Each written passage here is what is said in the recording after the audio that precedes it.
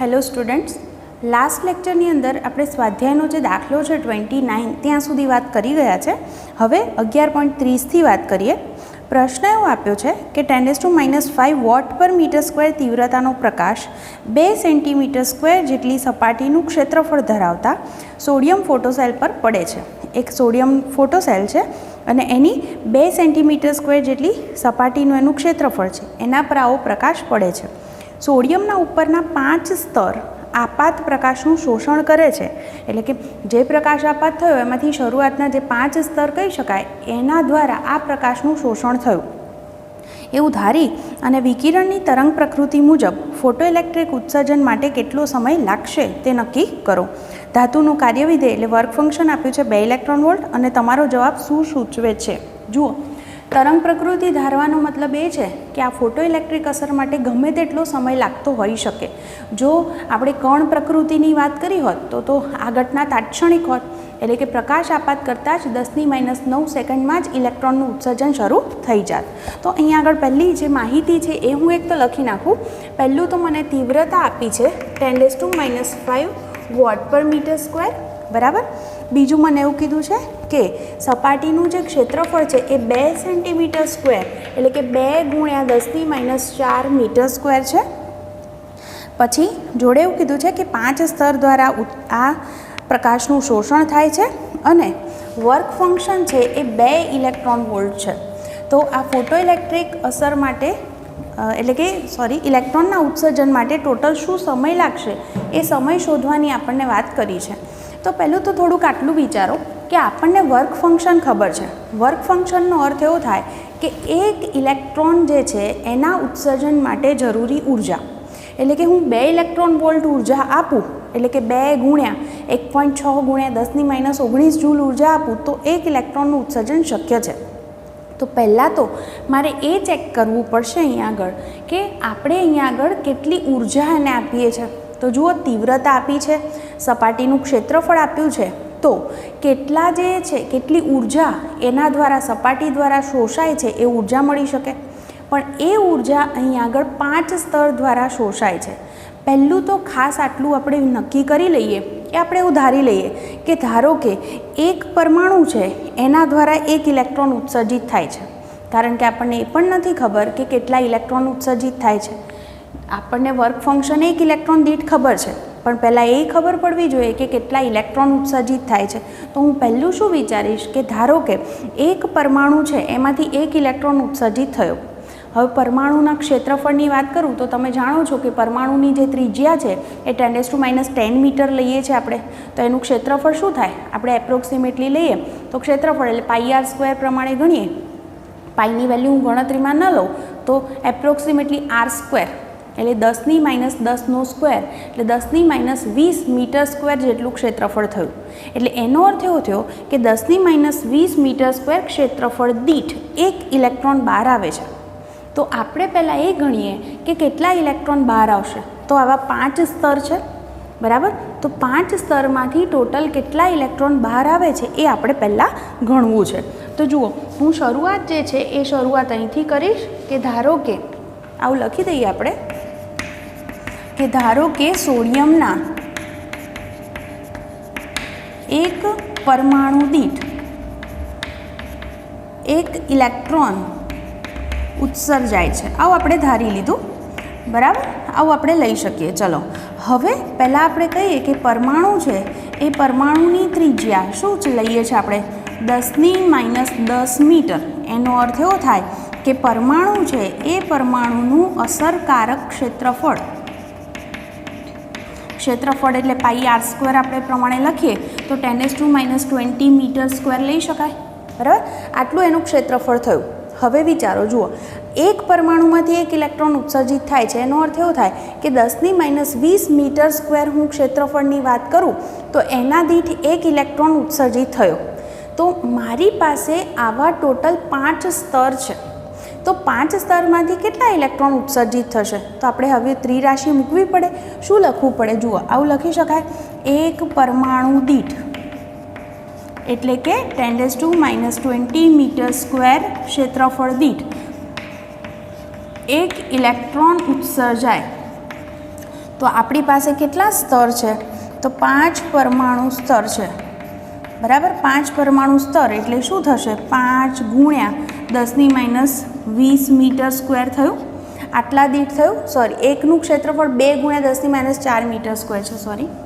જુઓ, 5 પરમાણુ સ્તર દીઠ કેટલા ઇલેક્ટ્રોન ઉત્સર્જિત થશે એ લખવું છે. જુઓ, એક સ્તરનું ક્ષેત્રફળ શું છે? 2 ગુણ્યા 10⁻4 મીટર સ્ક્વેર. તો 5 સ્તરનું ક્ષેત્રફળ શું થશે? 5 ગુણ્યા 2 ગુણ્યા 10⁻4 મીટર સ્ક્વેર દીઠ કેટલા ઇલેક્ટ્રોન ઉત્સર્જાશે. આ સ્ટેપ ખાસ ખબર પડવી જોઈએ કે એક પરમાણુ દીઠ એટલે 10⁻20 મીટર સ્ક્વેર દીઠ એક ઇલેક્ટ્રોન ઉત્સર્જિત થાય છે. હવે 5 સ્તર કીધા છે, એક સ્તરનું ક્ષેત્રફળ આટલું છે, તો 5 સ્તરનું ક્ષેત્રફળ શું થાય? ગુણ્યા 5 કરવું પડે, બરાબર. તો એના દીઠ કેટલા ઇલેક્ટ્રોન ઉત્સર્જિત થશે? તો એની જે સંખ્યા છે એ સંખ્યાને ધારો કે હું n થી દર્શાવું તો n બરાબર શું થાય? 5 ગુણ્યા 2 ગુણ્યા 10⁻4 ભાગ્યા 10⁻20. આટલા જે છે એ તમને ઇલેક્ટ્રોનની સંખ્યા મળશે. તો અહીંયા આગળથી આપણને ઇલેક્ટ્રોનની સંખ્યા મળી ગઈ, બરાબર. તો આ રીતે આપણને ઇલેક્ટ્રોનની સંખ્યા જે છે એ 10⁻17 મળશે ગણતરી કરો તો. હવે જુઓ, આપણને વિકિરણની તીવ્રતા આપી છે, તીવ્રતા આપી હોય, ક્ષેત્રફળ આપ્યું હોય, તો એની મદદથી આપણે એ જાણી શકીએ કે અહીંયા આગળ આપાત ઉર્જા કેટલી છે. એ ઉર્જા હું એટલા માટે શોધું છું કે એ ઉર્જા ટોટલ કેટલા ઇલેક્ટ્રોન દ્વારા શોષાય છે? 10⁻17 ઇલેક્ટ્રોન દ્વારા.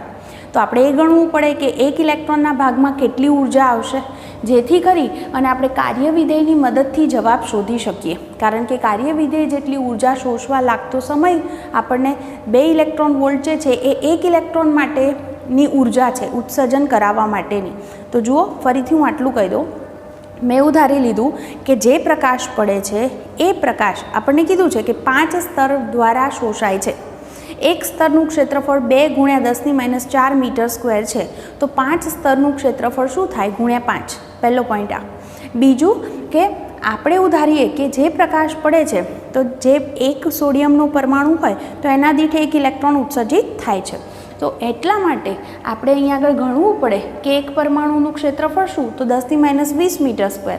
તો એક દીઠ એક ઇલેક્ટ્રોન, તો આટલા દીઠ કેટલા? તો ઇલેક્ટ્રોનની સંખ્યા મળી ગઈ. પહેલો પોઈન્ટ આ છે.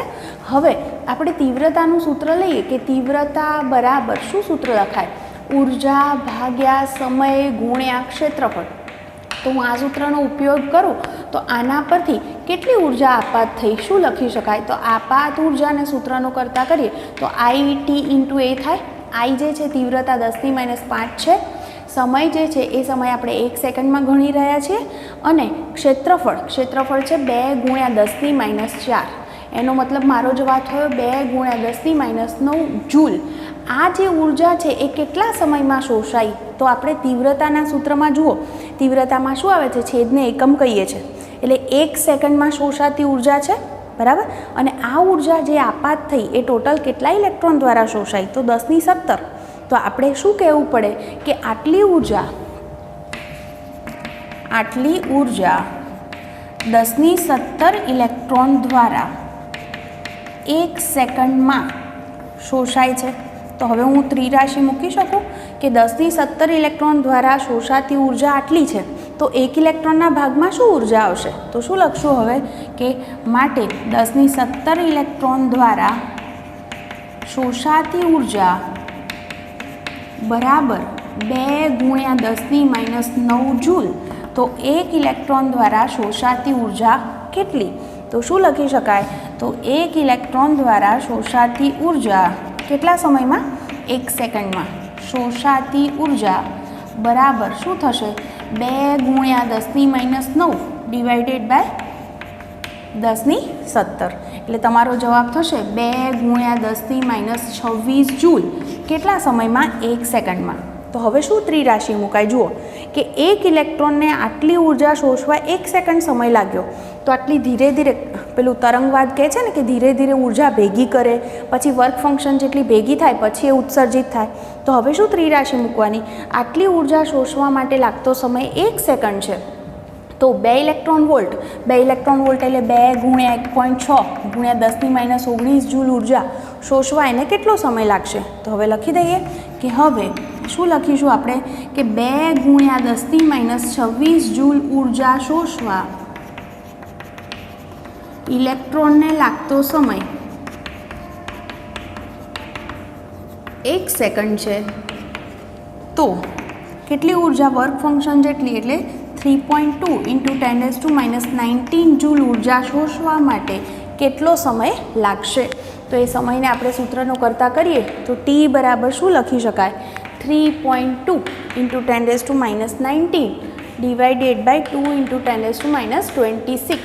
તો તમારો જવાબ શું થશે? 1.6 × 10⁻7 સેકન્ડ. જુઓ 10⁻7 સેકન્ડ પ્લસ 7 સેકન્ડ એટલે ખૂબ જ મોટો સમય કહી શકાય. અને આ સમયને જો મારે વર્ષમાં ફેરવવો હોય તો વર્ષ કેટલા ગણાય? કેવી રીતે ગણશો? જુઓ, એક વર્ષમાં 365 દિવસ, એક દિવસમાં 24 કલાક અને એક કલાકમાં 3600 સેકન્ડ.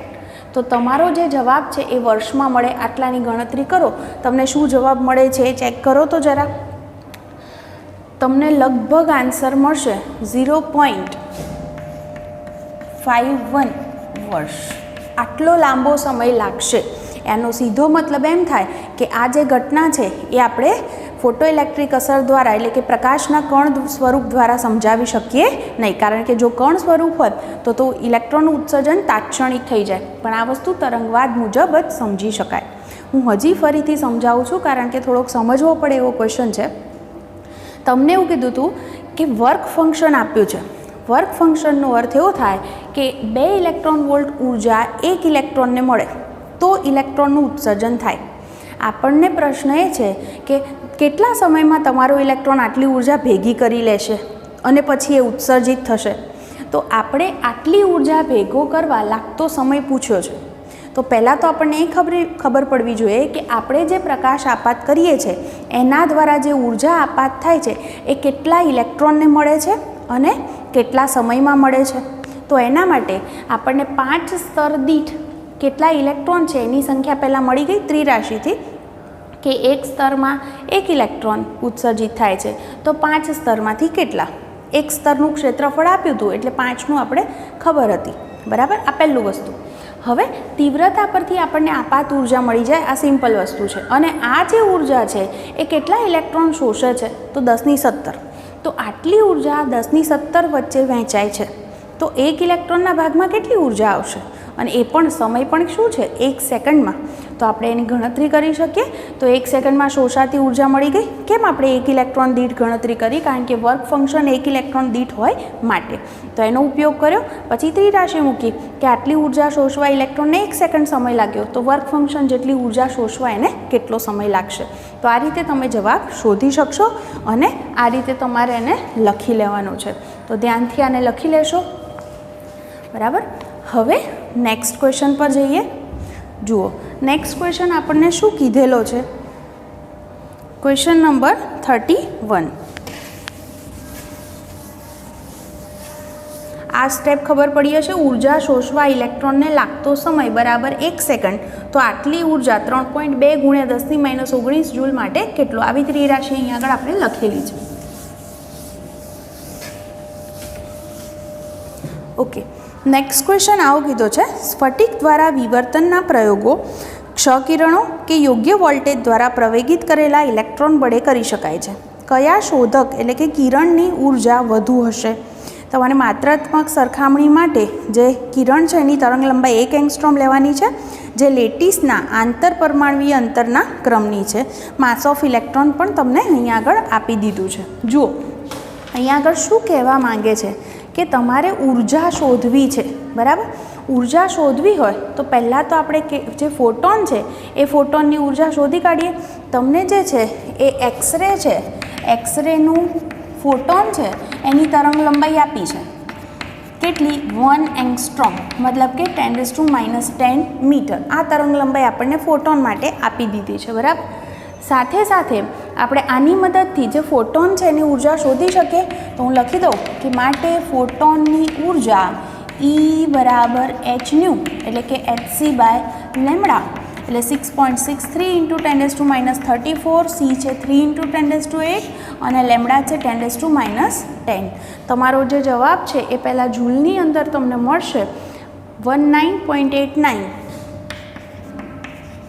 ઇન્ટુ 10⁻16 જૂલ, અને એને ઇલેક્ટ્રોન વોલ્ટમાં આપણે ફેરવી દઈએ તો શેના વડે ભાગશું? 1.6 ઇન્ટુ 10⁻19 વડે. તો તમને જે છે એ ફોટોનની ઉર્જા ઇલેક્ટ્રોન વોલ્ટમાં મળશે આશરે 12.4 ગુણ્યા 10⁻³ ઇલેક્ટ્રોન વોલ્ટ, એટલે કે 12.4 કિલો ઇલેક્ટ્રોન વોલ્ટ કહી શકાય. એટલે પહેલું આપણને જે માહિતી એક્સરેની કીધી હતી, એટલે એના ફોટોન જે છે એની તરંગ લંબાઈની વાત કરી હતી, એટલે એના પરથી આપણને ફોટોન જે છે એની ઉર્જા મળી ગઈ. એને ઇલેક્ટ્રોનની ઉર્જા સાથે આપણે સરખાવી છે. તો ચલો હવે ઇલેક્ટ્રોનની ઉર્જા માટે પણ આપણને એની તરંગ લંબાઈ આપી દીધી છે. જુઓ, જો આપણને ઇલેક્ટ્રોન તરંગ લંબાઈ આપી હોય તો હવે આપણે ગણતરી કરીએ કે ઇલેક્ટ્રોન માટે પણ લેમ્ડા આટલો જ કીધો છે, 1 એંગસ્ટ્રોમ, એટલે કે 10⁻10 મીટર. હવે જો ઇલેક્ટ્રોન માટે લેમ્ડા આપ્યો હોય અને જો તમારે ઉર્જા શોધવી હોય તો શું કરી શકાય? તો આવું કહી શકાય કે આપણને એનું વેગમાન મળી શકે. શું સૂત્ર છે? દ બ્રોગલી મુજબ આપણે શું લખીએ છીએ? લેમ્ડા બરાબર h/p. તો આના પરથી p બરાબર h/લેમ્ડા થશે, જેનો આપણે ઉપયોગ કરી શકીએ. કારણ કે ઇલેક્ટ્રોનની જે ઉર્જા છે એ ઉર્જા શું લખી શકાય? p²/2m લખી શકાય ગતિ ઉર્જા. પીની વેલ્યુ હું h/લેમ્ડા લખી દઉં અને એને 2m થી ભાગી દઉં તો જુઓ અહીંયા લખીશ h²/2m લેમ્ડા સ્ક્વેર થયા. હવે હું આની અંદર કિંમતો મૂકી દઉં. જુઓ hની વેલ્યુ શું મૂકશો? 6.63 into 10⁻34 square. 2 mass of electron છે 9.11 ઇન્ટુ 10⁻31, લેમ્ડા છે 10⁻10 અને એનો સ્ક્વેર. તો તમને આ રીતે ઇલેક્ટ્રોન છે એ ઇલેક્ટ્રોનની ઉર્જા મળશે અને એને આપણે લગભગ તમારો આન્સર આવશે 2.4152 ઇન્ટુ 10⁻17 જૂલ, અને એને આપણે ઇલેક્ટ્રોન વોલ્ટમાં ફેરવવા શેના વડે ભાગી દઈશું? 1.6 ઇન્ટુ 10⁻19 વડે. તો તમારો જવાબ લગભગ 150.9 ઇલેક્ટ્રોન વોલ્ટ મળ્યો. આનો મતલબ એમ થાય કે અહીંયા આગળ ઇલેક્ટ્રોન કરતાં ફોટોનની ઉર્જા ઘણી વધારે છે. કમ્પેરિઝન કરો તો તમને ખ્યાલ આવશે. તો અહીંયા આગળ આપણે આટલી વસ્તુ સમજ્યા કે ફોટોન માટે એક્સરે કીધું હતું, એટલે એનો ફોટોન છે એની તરંગ લંબાઈ આપી હતી, એટલે આપણે એની ઉર્જા શોધી શક્યા. બીજું, ઇલેક્ટ્રોનની ઉર્જા સાથે સરખામણી કરવી હતી, તો ઇલેક્ટ્રોન માટે લેમ્ડા આપ્યો હોય તો ઉર્જા શોધવા આપણે આ રીતનો ઉપયોગ કરવો પડે. તો આ રીતે આપણે જવાબ લખી શકીએ અને પછી છેલ્લે ઉલ્લેખ કરી શકીએ કે સમાન તરંગ લંબાઈ માટે ફોટોનની ઉર્જા કેવી છે? ઇલેક્ટ્રોન કરતાં ઘણી વધારે છે, આવું આપણે કહી શકીએ. બરાબર. તો આપણો ક્વેશ્ચન 31 હતો. હવે ક્વેશ્ચન નંબર 32. જુઓ, ક્વેશ્ચન 32ની અંદર શું કહે છે? બે પ્રશ્ન છે, પ્રશ્ન એ અને બી. પહેલામાં કીધું 150 ઇલેક્ટ્રોન વોલ્ટ ગતિ ઉર્જા ધરાવતા ન્યુટ્રોનની ડી બ્રોગલી તરંગ લંબાઈ શોધો. ઉર્જા આપી છે અને ડી બ્રોગલી તરંગ લંબાઈ શોધવી છે. તો આપણી પાસે સૂત્ર છે જ લેમ્ડા બરાબર h/p, અને ઉર્જા આપી હોય તો p બરાબર √2mk લખી શકાય. અને આગળનો જે દાખલો છે એમાં તમે જોયું કે આ ઉર્જા ધરાવતું ઇલેક્ટ્રોન બીમ સ્ફટિક દ્વારા વિવર્તનના પ્રયોગ માટે યોગ્ય છે. શું આટલી જ ઉર્જા ધરાવતું ન્યુટ્રોનનું બીમ એટલું જ યોગ્ય છે? એ સમજાવો.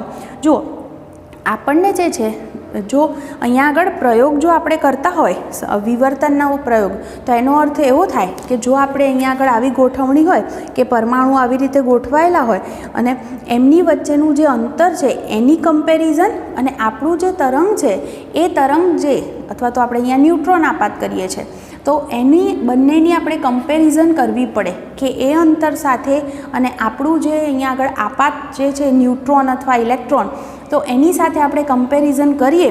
હું તમને હમણાં સમજાવું, ખ્યાલ આવશે. તો જ આપણે એની મદદથી નક્કી કરી શકીએ કે વિવર્તન માટે એ વસ્તુ યોગ્ય છે કે નહીં. અને બીજો ક્વેશ્ચન કીધો છે કે ઓરડાના તાપમાને રહેલા થર્મલ ન્યુટ્રોન સાથેની સંકળાયેલી ડી બ્રોગલી તરંગ લંબાઈ શોધવી છે અને સમજાવવાનું છે આના પરથી કે શા માટે ન્યુટ્રોન વિવર્તનના પ્રયોગ કરતાં પહેલાં ઝડપી ન્યુટ્રોન બીમને પર્યાવરણ જેવી જ ઉષ્મીય સ્થિતિમાં લાવવું જરૂરી છે.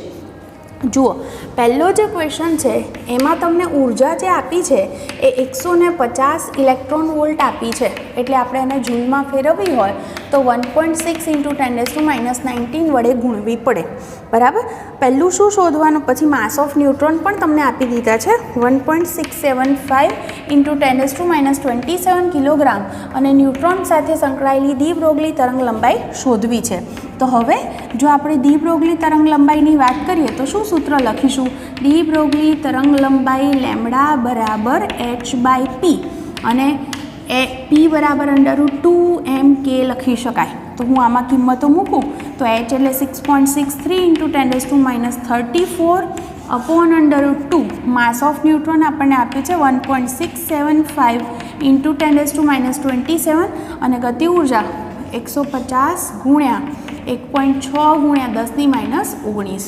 આટલાની ગણતરી કરો એટલે પહેલું તમને જે ન્યુટ્રોન છે એની સાથે સંકળાયેલી ડી બ્રોગલી તરંગ લંબાઈ મળશે, જે તમને લગભગ મળશે 2.34, એપ્રોક્સિમેટલી હું લખી દઉં 2.34 × 10⁻12 મીટર. હવે જુઓ અહીં આગળ આપણો આ જે જવાબ મળ્યો છે એ જવાબ પેલું જે પરમાણુ વચ્ચેનું જે અંતર છે, તમને આગળના દાખલામાં કીધું હતું, જુઓ 1 એંગસ્ટ્રોમના ક્રમનું છે, એના કરતાં એવો મતલબ થાય કે આ લગભગ 100 ગણું વધારે છે. તમે ગુણોત્તર લો કે એ અંતર એક જે આપ્યું છે 1 એંગસ્ટ્રોમ એટલે 10⁻10 અને અહીંયા છે 10⁻12, એનો મતલબ જવાબ શું આવ્યો, 100 ગણું આ વધારે છે. તો 100 ગણું વધારે છે એટલા માટે એ જે છે આપણે બીમ આનો જો ન્યુટ્રોનનો ઉપયોગ કરીએ તો એ વિવર્તન માટે આનો ઉપયોગ કરી શકાય નહીં. તો તમે અહીંયા આગળ છેલ્લે વાક્ય આવી રીતે લખી દેશો. શું લખશો અહીંયા આગળ કે જે આંતર પરમાણુ અંતર છે એ 1 એંગસ્ટ્રોમના ક્રમના છે, એના કરતાં આ ન્યુટ્રોનની તરંગ લંબાઈ લગભગ 100 ગણી વધારે છે, માટે આનો ઉપયોગ જે છે એ આપણે વિવર્તનના પ્રયોગ માટે કરી શકીએ નહીં. તો એનો અર્થ એવો થયો કે આનો ઉપયોગ નથી થતો. તો હવે ક્વેશ્ચન બીમાં એમ કહે છે કે તમે થર્મલ ન્યુટ્રોન લો. થર્મલ ન્યુટ્રોનનો મતલબ એમ થાય છે કે એ ન્યુટ્રોન ધીમા હોય, ધીમા એટલે ઓછી ઉર્જાવાળા, કે આપણી પાસે જે ન્યુટ્રોન છે એમાં એવા ન્યુટ્રોનને થર્મલ ન્યુટ્રોનમાં ફેરવવી અને એની ઉર્જા ઓછી કરવામાં આવે છે. તો એવા ન્યુટ્રોન લઈએ તો કંઈ ફાયદો થશે, તો એમાં તમને તાપમાન કીધું છે 27°C એટલે 300 કેલ્વિન તાપમાન છે. તો પહેલાં 300 કેલ્વિન તાપમાન હોય ત્યારે એની સાથે સંકળાયેલી જો હું દ બ્રોગલી તરંગ લંબાઈ શોધું તો દ બ્રોગલી તરંગ લંબાઈ એ આપણે શું લખી શકીએ, આ જ સૂત્ર લેમ્ડા બરાબર h/p અને p બરાબર √2mk, પણ ઉર્જા નથી આપી ગતિ ઉર્જા, તો તાપમાન સાથે સંકળાયેલી એની ઉર્જાને આપણે શું લખીએ છીએ, યાદ હશે તમને 3/2 kT બોલ્ટ્ઝમેન અચળાંક, હે ને. ઉષ્મીય ગતિ સાથે સંકળાયેલીની ગતિ ઉર્જા શું હોય, ટી તાપમાને 3/2 kT જેટલી હોય. તો અહીંયાથી 2 અને 2 કેન્સલ થાય, શું વધે h/√3mkt. ચલો હવે બધી જ કિંમત છે આપણી પાસે, તો પહેલાં આની ગણતરી કરી લો.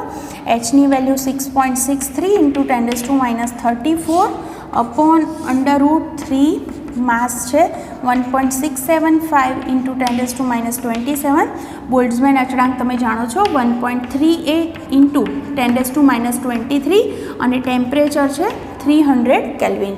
તો આટલાની ગણતરી પરથી તમને જે છે આ થર્મલ ન્યુટ્રોન એની સાથે સંકળાયેલી તરંગ લંબાઈ જે છે એ મળશે, જે તમને મળશે 1.45 × 10⁻10 મીટર એટલે કે 1.45 એંગસ્ટ્રોમ. તો તમે જોઈ શકો છો કે આ જે મળી છે તરંગ લંબાઈ એ પહેલાં આંતર પરમાણુ જે અંતર છે એની જે અંતરો 1 એંગસ્ટ્રોમના ક્રમના છે, તો એ ક્રમની અહીંયા આગળ આપણને મળી છે. એટલા માટે કહી શકાય કે થર્મલ ન્યુટ્રોનનો ઉપયોગ આપણે વિવર્તનના પ્રયોગ માટે વધુ યોગ્ય રીતે કરી શકીએ છીએ. તો આ રીતે આનો ઉલ્લેખ કરી લેશો અને જવાબ લખી દેવાનો છે. એટલે કે કોઈ પણ આવી રીતે પ્રયોગ કરવો હોય તો આપણી પાસે ઊંચી ઉર્જાવાળા ન્યુટ્રોન હોય તો એમને આપણે થર્મલ ન્યુટ્રોનમાં ફેરવવા જોઈએ, તો આપણે વિવર્તન માટે એનો ઉપયોગ કરી શકીશું. બરાબર. નેક્સ્ટ ક્વેશ્ચન પર જઈએ, જેમાં એવું કીધું છે કે એક ઇલેક્ટ્રોન માઇક્રોસ્કોપ 50 કિલોવોલ્ટ વોલ્ટેજ વડે પ્રવેગિત થયેલા ઇલેક્ટ્રોનનો ઉપયોગ કરે છે. તો તમને અહીંયા આગળ 50 કિલોવોલ્ટ આ શું આપ્યો છે, વોલ્ટેજ, એટલે 50 × 10⁻³ એટલે 5 × 10⁴ પણ લખી શકાય. હવે કે છે આ ઇલેક્ટ્રોન સાથે સંકળાયેલ ડી બ્રોગલી તરંગ લંબાઈ શોધો, લેમ્ડા શોધવો છે.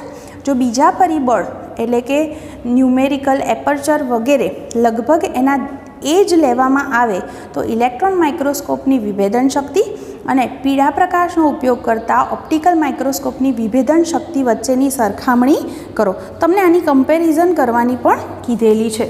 તો જુઓ, હવે આપણે આટલી વાત કરી દઈએ આના માટે. જુઓ, તમને ઇલેક્ટ્રોન માઇક્રોસ્કોપ છે તો એના અહીંયા આગળ વોલ્ટેજ આપ્યા છે.